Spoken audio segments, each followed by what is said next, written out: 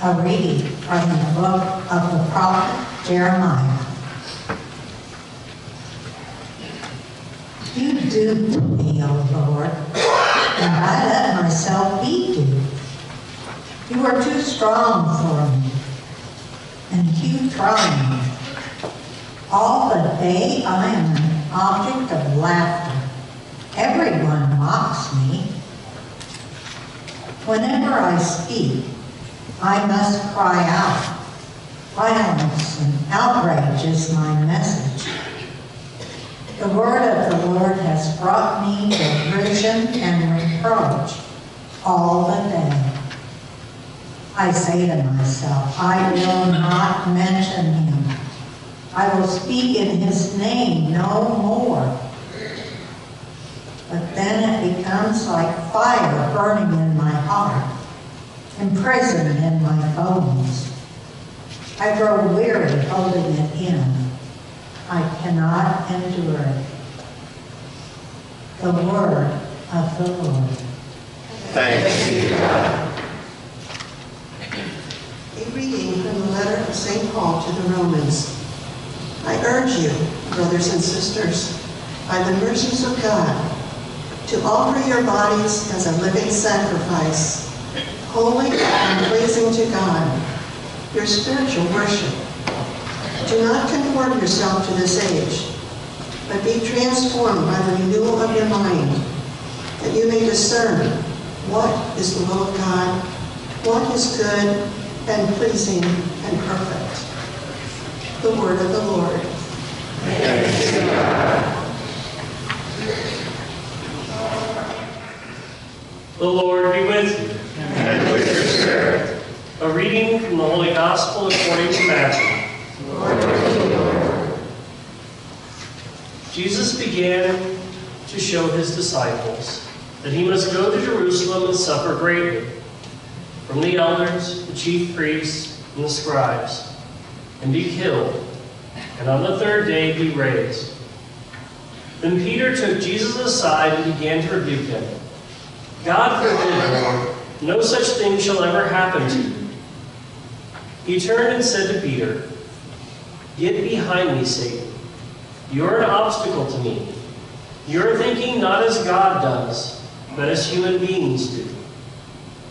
Then Jesus said to his disciples, Whoever wishes to come after me must deny himself, take up his cross, and follow me. For whoever wishes to save his life will lose it, but whoever loses his life for my sake will find it. What profit would there be for one to gain the whole world and forfeit his life? Or what can one give in exchange for his life? For the Son of Man will come with his angels in his Father's glory, and then he will repay all according to his conduct. The Gospel of the Lord. Praise to you, Lord Jesus Christ.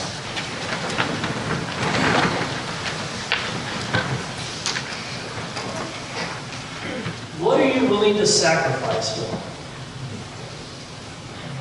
It's a wonderful question.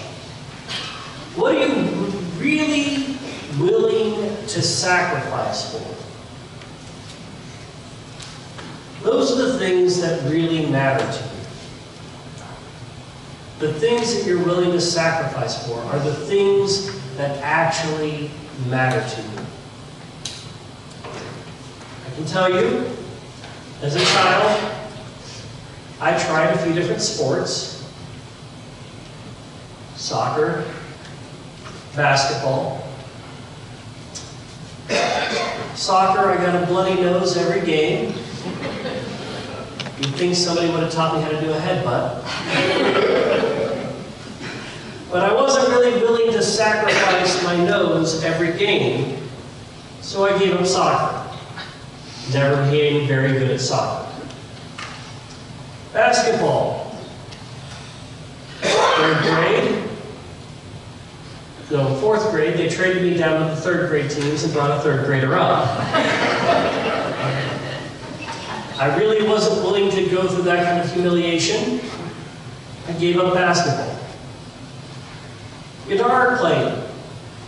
guitar playing is something that I kind of liked, I kind of enjoyed. I got okay with it, but I never was willing to really sacrifice for it. I wasn't willing to day in, day out, put in the time to really become proficient at it. So I'm a mediocre guitarist at best. When I hear Rick, I don't even want to touch a guitar. I'm not willing to sacrifice for those things. And you know what? For that reason, soccer is not that much fun for me.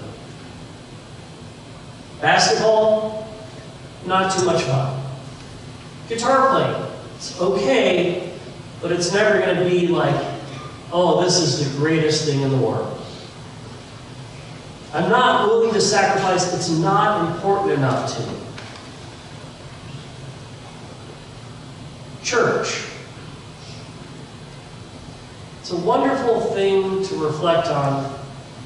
How bored do you get at church? And ask, how invested are you?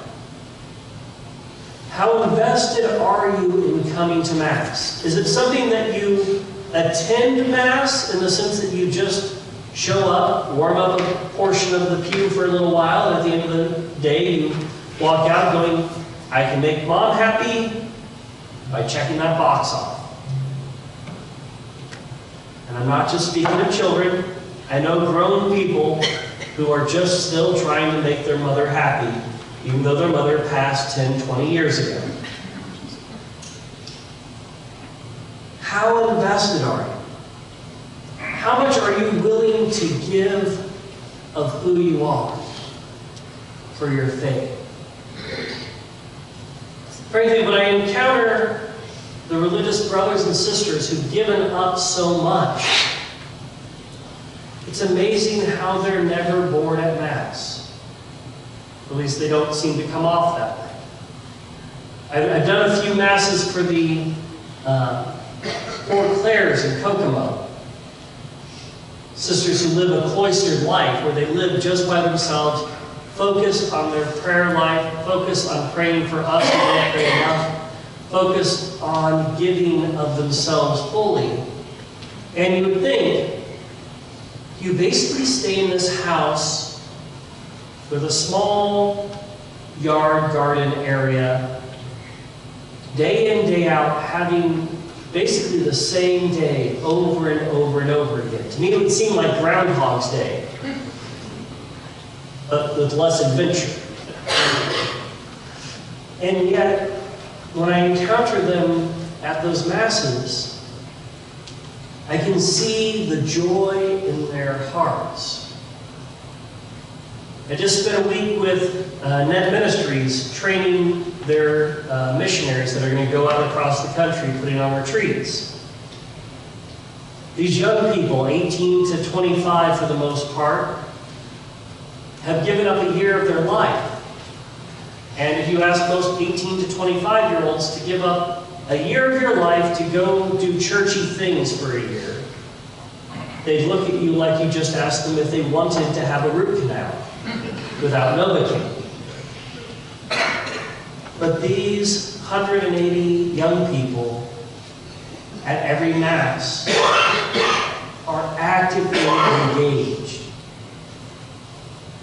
A huge part of our faith is a reality that we cannot be fully engaged unless we're willing to take up our cross. I find this phrase from Christ in the Gospel powerful and yet overlooked.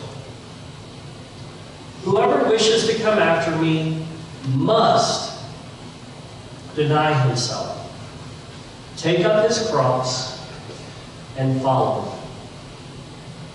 me. Not whoever wishes to come after me should expect that sometimes they're going to possibly deny themselves a thing or two, may take up a cross, and it'd be good if they followed me. Whoever wishes to come after me must deny himself, take up his cross, and follow me. What was the last thing you sacrificed for your faith? What was the last time you really could say, I denied myself? Not just giving up chocolate during Lent, though chocolate is wonderful and difficult to go 40 days without, but a real denial of self, where you gave up something that was really your heart's desire because you said, my faith is more important. When did you really take up a cross? Not a small sacrifice, a cross. A cross is an instrument of death. When Christ picked up his cross, he died on that cross. When was the last time you picked up something, carried something that you knew was going to take all that you are to do this, to live your faith? When did you die to yourself last to say, I want to live for him? It's a scary idea, but the reality is it's worth it. If you only go half in, if you only put half the effort in, you will almost always be bored at Mass. But when you're all in is when you find the joy of it. I'll never probably really enjoy soccer. I'm scarred from basketball, though I'll still play it occasionally. Guitar is okay, but it's never going to be the love of my life because I'm never going to go all in on it. But the love of Jesus Christ, I've gone all in, I've experienced it, and I know it's worth it. I love this first reading. You duped me, O Lord, and I let myself be duped. May we really embrace that. May we really embrace letting God talk us into something that is foolish, to give our hearts fully to Him.